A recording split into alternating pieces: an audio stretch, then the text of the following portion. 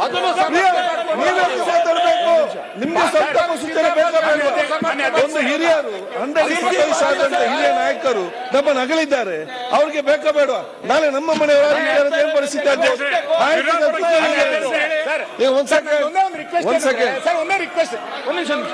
ನಂದು ಒಂದೇ ಒಂದು ರಿಕ್ವೆಸ್ಟ್ ಏನಂದ್ರೆ, ಈ ಪ್ರದೀಪ್ ಈಶ್ವರ್ ಸರ್, ನೀವು ಅಸೆಂಬ್ಲಿಗೆ ಬಂದದ್ದು ಸಂತೋಷ.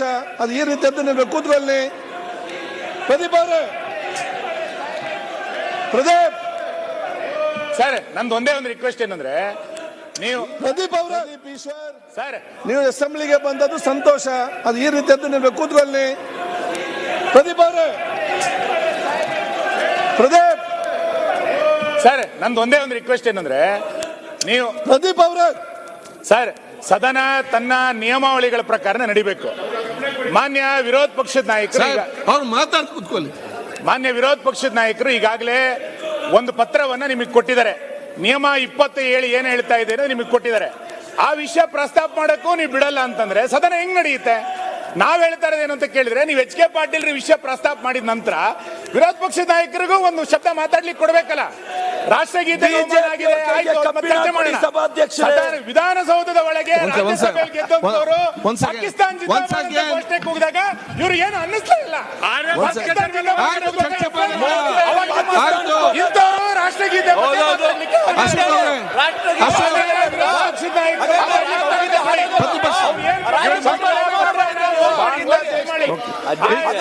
ನಿಯಮ 27 ಉಲ್ಲೇಖ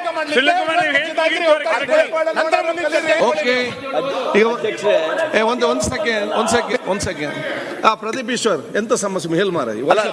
ಅಲ್ಲ ಅಧ್ಯಕ್ಷರೇ, ರಾಷ್ಟ್ರಗೀತೆ ಬಗ್ಗೆ ಮಾತಾಡಲಿಕ್ಕೆ ಬೇರೆ ಚರ್ಚೆ ತೆಗಿತಾರೆ. ಸಭಾಧ್ಯಕ್ಷರೇ, ಅವ್ರ ಕೈಗೆ ಕಬ್ಬಿಣ ಕೊಡಿ ಸಭಾಧ್ಯಕ್ಷರೇ, ನಿಯಂತ್ರಣ ಮಾಡಿ ಅಂತ ವಿನಂತಿಸ್ತೇನೆ ಸಭಾಧ್ಯಕ್ಷ. ಅವರ ಕೈ ಕಬ್ಬಿಣ, ನಿನ್ಗೆ ಒಂದು ಹಗ್ಗ ಕೊಡ್ಬೇಕು ಕೊಡಿ ಸಭಾಧ್ಯಕ್ಷರೇ. ಸನ್ಮಾನ್ಯ ಅಧ್ಯಕ್ಷರೇ, ಒಂದು ನಿಮಿಷ. ವಿರೋಧ ಪಕ್ಷ ನಾಯಕರು 3 ಮಂದಿ ಆಗ್ಬಿಟ್ರೆ ಸನ್ಮಾನ್ಯ ಅಧ್ಯಕ್ಷರೇ, ನಾನು ಈ ರಾಜ್ಯಪಾಲರ ಭಾಷಣ ಆದಮೇಲೆ ರಾಜ್ಯಪಾಲರು ಹೋಗ್ಬೇಕಾದರೆ ಅವ್ರಿಗೆ ಆಗಿರೋ ಅಗೌರವದ ಬಗ್ಗೆ ನಾನು ಅಫಿಷಿಯಲ್ ಆಗಿ ನಿಮಗೆ ಒಂದು ಪತ್ರವನ್ನು ಕೊಟ್ಟಿದ್ದೀನಿ. ನಾನು ಸಂತಾಪ ಸೂಚನೆ ಆದಮೇಲೆ ನೀವು ಅದಕ್ಕೆ ಅವಕಾಶ ಕೊಡ್ಬೋದಾಗಿತ್ತು, ಅಥವಾ ಸಂತಾಪ ಸೂಚನೆ ಮಾಡೋ ಮುಂಚೆನೂ ಈ ಥರ ಘಟನೆಗಳು ನಡೆದಿದೆ ಅಂತ ನೀವು ಹೇಳಿದ್ದೀರಾ, ಕೊಡ್ಬೇಕಾಯ್ತು. ನಾನು ಕೊಟ್ಟಿದ್ದೀನಿ.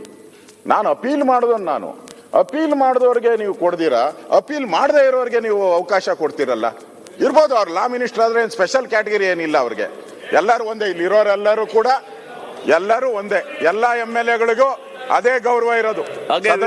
ಅವ್ರಿಗೂ ಒಂದೇ ಓಟ್ ಇರೋದು, ನನಗೂ ಒಂದೇ ಓಟ್ ಇರೋದು. ಇಲ್ಲಿ ನಾನು ಮಾತಾಡಬೇಡಿ. ಈಗ ಸನ್ಮಾನ್ಯ ಅಧ್ಯಕ್ಷರೇ, ನಾನು ಪತ್ರದಲ್ಲಿ ಏನ್ ಕೊಟ್ಟಿದ್ದೀನಿ ಅಂದ್ರೆ, ಪೇಜ್ 13 ನಮ್ಮ ಕರ್ನಾಟಕ ವಿಧಾನಸಭೆಯ ಕಾರ್ಯವಿಧಾನ ಮತ್ತು ನಡವಳಿಕೆ ನಿಯಮಗಳು ನಾವೇ ಮಾಡಿರೋದು. ಅದರಲ್ಲಿ 13ನೇ ಇದರಲ್ಲಿ 27ನೇ ಕಲಮಲ್ಲಿ ರಾಜ್ಯಪಾಲರ ಭಾಷಣದ ಅವಧಿಯಲ್ಲಿ ಅನುಸರಿಸಬೇಕಾದ ಕ್ರಮ, ಸಂವಿಧಾನದ 175 ಅಥವಾ 176ನೇ ಅನುಚ್ಛೇದದ ಮೇರೆಗೆ ವಿಧಾನಮಂಡಲದ ಉಭಯ ಸದನಗಳು ಸಭೆ ಸೇರುವಾಗ ಅಥವಾ 175ನೇ ಅನುಚ್ಛೇದದ ಮೇರೆಗೆ ವಿಧಾನಸಭಾ ಸದಸ್ಯರು ಮಾತ್ರ ಸಭೆ ಸೇರುವಾಗ ರಾಜ್ಯಪಾಲರ ಭಾಷಣದ ಅವಧಿಯಲ್ಲಿ ಯಾರೇ ಸದಸ್ಯರು ಯಾವುದೇ ಭಾಷಣ ಮಾಡುವ ಮೂಲಕ ಅಥವಾ ಯಾವುದೇ ಕ್ರಿಯಾಲೋಪವೆತ್ತಿ ರಾಜ್ಯಪಾಲರ ಭಾಷಣಕ್ಕೆ ಮುಂಚಿತವಾಗಲಿ ಅಥವಾ ತರುವಾಯವಾಗಲಿ ರಾಜ್ಯಪಾಲರ ಭಾಷಣಕ್ಕೆ ಅಡ್ಡಿ ಉಂಟು ಮಾಡತಕ್ಕದ್ದಲ್ಲ. ಅಥವಾ ಅಥವಾ ಆಯ್ತು, ಗೊತ್ತಿದೆ, ಅವ್ರು ಉದ್ದಾರಲ್ಲ. ಅಥವಾ ಪುಸ್ತಕ ಇದೆ, ಪುಸ್ತಕದಲ್ಲಿ ಓದ್ಕೊಳ್ಳಿ. ನಾನು ಸ್ಪೆಲ್ಲಿಂಗ್ ನಾನು ತಪ್ಪು ಹೇಳಿರ್ತೀನಿ ಅಂತ ಅವರು ಅದು ಓದ್ಕೊಳ್ಳಿ ಬೇಕಾದ್ರೆ. ಅಥವಾ ಅಥವಾ ಆಯ್ತು ಬಾಲಕೃಷ್ಣ, ಯಾಕೆ ಸುಮ್ಮನೆ ವಿಘ್ನವನ್ನು ಉಂಟು ಮಾಡತಕ್ಕದ್ದಲ್ಲ. ಮತ್ತು ಅಂತ ಅಡ್ಡಿಯನ್ನು ಅಥವಾ ವಿಘ್ನವನ್ನು ಸದನದ ಆದೇಶದ ತೀವ್ರ ಉಲ್ಲಂಘನೆ ಎಂದು ಪರಿಗಣಿಸಿ ವಿಧಾನಸಭೆಯ ಮುಂದಿನ ಉಪವೇಶನದಲ್ಲಿ ಸಭಾಧ್ಯಕ್ಷರು ಆ ಬಗ್ಗೆ ವ್ಯವಹರಿಸತಕ್ಕದ್ದು ಅಂತ ಕ್ಲಿಯರ್ ಆಗಿದೆ. ಅಂದ್ರೆ ಏನು ಅವ್ರನ್ನ ಕ್ರಮ ಆಗಬಾರ್ದು ಅಂತ ಹೇಳಿ. ದಯವಿಟ್ಟು ಕೂತ್ಕೊಳ್ಳಿ.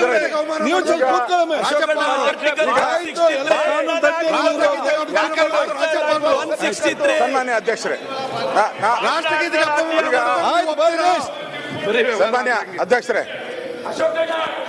ಸನ್ಮಾನ್ಯ ಅಧ್ಯಕ್ಷರೇ, ಈಗ ಆ ಬಾಲಕೃಷ್ಣನು ಗಲಾಟೆ ಮಾಡಿದೆ, ಅವ್ರ ಮೇಲೆ ಕ್ರಮ ಆಗ್ಬೇಕು. ಅವ್ರದೇ ಫಸ್ಟ್ ಅಪರಾಧಿ. ಏವನ್ ಅವ್ರನ್ನೇ ಮಾಡಿದಿರಿ ನಾವು. ಸ್ಪೀಕರ್ ಅದೇ ಮಾಡಿ ಅಧ್ಯಕ್ಷರೇ. ನಾನು ನಿಮ್ಮ ಹತ್ರ ಹೇಳುವಂತದ್ದು ಅಧ್ಯಕ್ಷರೇ, ಬಾಲಕೃಷ್ಣ ಅವರು ಕೂತ್ಕೊಳ್ಳಿ. ಅಧ್ಯಕ್ಷರೇ, ಅವ್ರು ತುಂಬಾ ನೀವೇ ಕೂತ್ಕೊಳ್ಳಿ. ಅಧ್ಯಕ್ಷರೇ, ಇಲ್ಲಿ ಆಯ್ತು, ನಾನೇ ಹೇಳೋದು, ನೀನ್ ಮಾಡಿರೋದಕ್ಕೆ ಹೇಳ್ತಾ ಇರೋದು. ನೀನ್ ಮಾಡಿರೋದಕ್ಕೆ ನಾನು ಹೇಳಿರೋದು. ಮಾಡಿರೋದಕ್ಕೆ ಹೇಳಿರೋದು. ಬಾಲಕೃಷ್ಣ ಅವರೇ, ಬಾಲಕೃಷ್ಣ ಅವರು ಸನ್ಮಾನ್ಯ ಹಿಂದೆ ಈ ರಾಜ್ಯದಲ್ಲಿ ಗವರ್ನರ್ಗಳು ಬಂದು ರಾಜ್ಯಪಾಲರ ಭಾಷಣವನ್ನ ಮಾಡಿದ್ದಾರೆ. ಅಲ್ಲ, ಹಿಂದಿನ ಇವರೊಬ್ಬರೇ ಗೌರವಾನ್ವಿತ, ಈ ಒಬ್ಬರೇ ರಾಜ್ಯಪಾಲರಲ್ಲ. ಬಹಳಷ್ಟು ನಮಗೆ ಸ್ವಾತಂತ್ರ್ಯ ಬಂದಾಗಿಂದ ಮಹಾರಾಜರಿಂದ ಇದುವರೆಗೂ ಗವರ್ನರ್ಗಳು ಬಂದು ಭಾಷಣ ಮಾಡಿದ್ದಾರೆ. ಇಲ್ಲಿ ಹಿಂದೆ ಭಾರದ್ವಾಜ್ ಅವರು ಇದ್ದಾಗ, ಗೌರವಾನ್ವಿತ ಭಾರದ್ವಾಜ್ ಅವರು ಇದ್ದಾಗ ನಾನೇ ಇಲ್ಲಿ ಅಸೆಂಬ್ಲಿಯಲ್ಲಿ ಕೂತಿದ್ದೆ. ಅವರು ಭಾಷಣ ಏನು ಮಾಡಿಲ್ಲ, ಹಂಗೆಲ್ಲೇ ಮಾಡ್ಬಿಟ್ಟು ಹೊಟ್ಟೋದ್ರು. ಎಲ್ಲ ನಿಮ್ಮವರೆಲ್ಲ ಹಂಗೇನೆ. ಹಿಂದೆ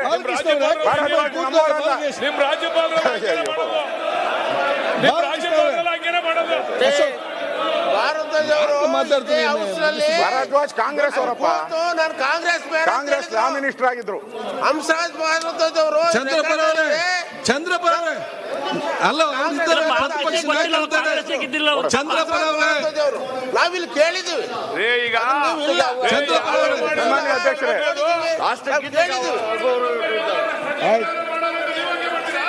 ಬಾಲಕೃಷ್ಣ ಅವ್ರು ಚರ್ಚೆ ಮಾಡಬೇಡಿ. ನೋಡಿ, ನಮ್ಗೊಂದು ಈಗ confusion, ವಿರೋಧ ಪಕ್ಷ ನಾಯಕರು ಯಾರು ಅಂತ. ಪ್ರತಿಪಕ್ಷ ನಾಯಕರಿಗೆ ಅವ್ರಿಗೆ ಒಂದು ಅಧಿಕಾರ ಇರ್ತದೆ. ಕೂತ್ಕೊಳ್ಳಿ ಗೋಪಾಲಕೃಷ್ಣ, ಕೂತ್ಕೊಳ್ಳಿ, ಅವ್ರು ಮಾತಾಡಿ ಮುಗಿಸ್ಲಿ. ಅವರೊಬ್ಬರೇ ಅಂತಲ್ಲ, ಹಿಂದೆ ಗೌರವಾನ್ವಿತ ಖುರ್ಷಿದ್ ಆಲಂ ಖಾನ್ ಅವರು ಕೂಡ ಗವರ್ನರ್ ಆಗಿದ್ರು. ಅವರು ಕೂಡ ಗವರ್ನರ್ ಆಗಿದ್ರು. ಅವರು ಕೂಡ ಇಲ್ಲಿ ಲೇ ಮಾಡಿಬಿಟ್ಟು ಹೋಗಿದ್ದಾರೆ. ಅದರಲ್ಲೇನು ತಪ್ಪು ಅಂತ ಏನಿಲ್ಲ. ನಾನು ನಿಮಗೆ ಮಂಡನೆ ಮಾಡಿದ್ದಾರೆ. ಅವ್ರು ಮಂಡನೆ ಮಾಡಿ ಥ್ಯಾಂಕ್ಸ್ ಹೇಳಿ ಹೋಗಿದ್ದಾರೆ. ಅವರು ಇದಕ್ಕೆ ಸಂಬಂಧಪಟ್ಟಂತೆ, ಈ ವಿಚಾರಕ್ಕೆ ಸಂಬಂಧಪಟ್ಟಂತೆ ವೆಸ್ಟ್ ಬೆಂಗಾಲಿನ ಹೈಕೋರ್ಟ್ನು ಕೂಡ ಈ ತರದ ಸಮಸ್ಯೆ ಬಂದಾಗ ಅಲ್ಲಿ ಕೋರ್ಟ್ ಆದೇಶನ ಮಾಡಿದೆ. ನಾನು ಸುಪ್ರೀಂ ಕೋರ್ಟ್ ಆದೇಶನ ನಾನು ಓದಿದ್ದೀನಿ. ಸುಪ್ರೀಂ ಕೋರ್ಟ್ ಆದೇಶನು, ಸುಪ್ರೀಂ ಕೋರ್ಟ್ ಅಲ್ಲಿ ಹಿಂದೆ ಏನಿತ್ತು, ಜವಾಹರ್ಲಾಲ್ ನೆಹರು ಪ್ರಧಾನಮಂತ್ರಿ ಇದ್ದಾಗ ಬಹಳಷ್ಟು ರಾಜರುಗಳು, ಅವತ್ತು ಯಾರ್ಯಾರು ರಾಜರುಗಳು ಅವರವ್ರ ರಾಜ್ಯಗಳನ್ನ ಕೊಟ್ಟರು, ಅವ್ರನ್ನೆಲ್ಲ ಗವರ್ನರ್ ಮಾಡಿದ್ರು. ನಮ್ಮಲ್ಲೂ ಹಾಗೆ ಮಾಡಿತ್ತು. ಅವರು ರಾಜ್ಯಪಾಲರು ಆಗಿ ಬಂದ್ಬಿಟ್ಟು ಮೊದಲನೇ ಲೈನ್ ಓದ್ಬಿಟ್ಟು ಹೊರಟೋಗಿದ್ದಾರೆ. ಇದು ಸುಪ್ರೀಂ ಕೋರ್ಟ್ಗೂ ಹೋಗಿದೆ. ಸುಪ್ರೀಂ ಕೋರ್ಟ್ ಕ್ಲಿಯರ್ ಆಗಿ ಹೇಳಿದ್ದಾರೆ, ನಾವು ಈ ವಿಚಾರವಾಗಿ ನಾವು ಅವರಿಗೆ ಯಾವುದೇ ಆದೇಶಗಳನ್ನ ಕೊಡಲ್ಲ ಅಂತ ಹೇಳಿದ್ದಾರೆ, ಸ್ಪಷ್ಟವಾಗಿ ಹೇಳಿದ್ದಾರೆ. ಅದರ ದಾಖಲೆಗಳೆಲ್ಲ ಇದೆ. ನಾವು ಇವರೆಲ್ಲ ಹೇಳಿದ್ದಾರೆ ಸಂವಿಧಾನದ ವಿರೋಧಿ ಅದೇನೇನೋ ಪದ ಹೇಳಿದ್ದಾರೆ. 175, 176, 176ರಲ್ಲಿ ಏನ್ ಹೇಳಿದೆ? ಅಲ್ಲ, 170 ಏನ್ ಹೇಳಿದೆ? ನೀವು ಓದಬೇಕು ಅಂತ ಹೇಳಿದೆ ಹೊರತು ಕಡ್ಡಾಯವಾಗಿ ಓದಬೇಕು ಅಂತ ಏನಿಲ್ಲ. ಅದರಿಂದ ಈಗ ಅವ್ರು ಏನು ಹೇಳಿದಾರೋ ಅದನ್ನ ಸಂವಿಧಾನದ ಪ್ರಕಾರ ಹೇಳಿದ್ದಾರೆ. ಅವ್ರಿಗೆ ಇವತ್ತು ನೀವು ಅವ್ರಿಗೆ ಲಾ ಮಿನಿಸ್ಟರ್ ಎದ್ಬಿಟ್ಟು ಅಡೆತಡೆ ಮಾಡಬಾರ್ದು ಅಂತ ಇದೆ. ಅವರು ಎದ್ದಾಗ ಅವರು ಮಾತಾಡುವಾಗ ಯಾರು ಅಡೆತಡೆ ಮಾತಾಡಬಾರ್ದು ಅಂತ ಇದೆ, ಸ್ಪಷ್ಟವಾಗಿದೆ. ಲಾ ಮಿನಿಸ್ಟರ್ ಹೆಂಗ್ ಮಾತಾಡಿದ್ರು? ಲಾ ಮಿನಿಸ್ಟರ್ ಎದ್ದು ಅದಕ್ಕೆ ಅಡೆತಡೆ ಮಾಡಿದ್ರಲ್ಲ, ಈಗ ಅವ್ರ ಮೇಲೆ ಕ್ರಮ ಆಗ್ಬೇಕು. ಲಾ ಮಿನಿಸ್ಟರ್ ಮೇಲೆ ಕ್ರಮ ಆಗ್ಬೇಕು. ಅವ್ರ ಮೇಲೆ ಸಭಾಧ್ಯಕ್ಷರೇ, ವಿಡಿಯೋ ಇದೆ, ನಾನು ಕಳಿಸ್ತೀನಿ ನಿಮ್ಮ ಹತ್ರ. ಎಲ್ಲ ಆಲ್ರೆಡಿ ದೇಶ ಪೂರ್ತಿ ವಿಡಿಯೋ ಓಡಾಡ್ತಾ ಇದೆ. ಎಲ್ಲಾ ಚಾನೆಲ್ಗಳು ವಿಡಿಯೋ ಅವ್ರನ್ನ ಅಡ್ಡ ಹಾಕಿರೋದು, MLA ಗಳೆಲ್ಲ ಬೈದಿರೋದು, ಅವ್ರನ್ನ ಧಿಕ್ಕಾರ ಕೂಗಿರೋದು, ಇದೆಲ್ಲ ನನ್ನ ಹತ್ರ ವಿಡಿಯೋ ಇದೆ.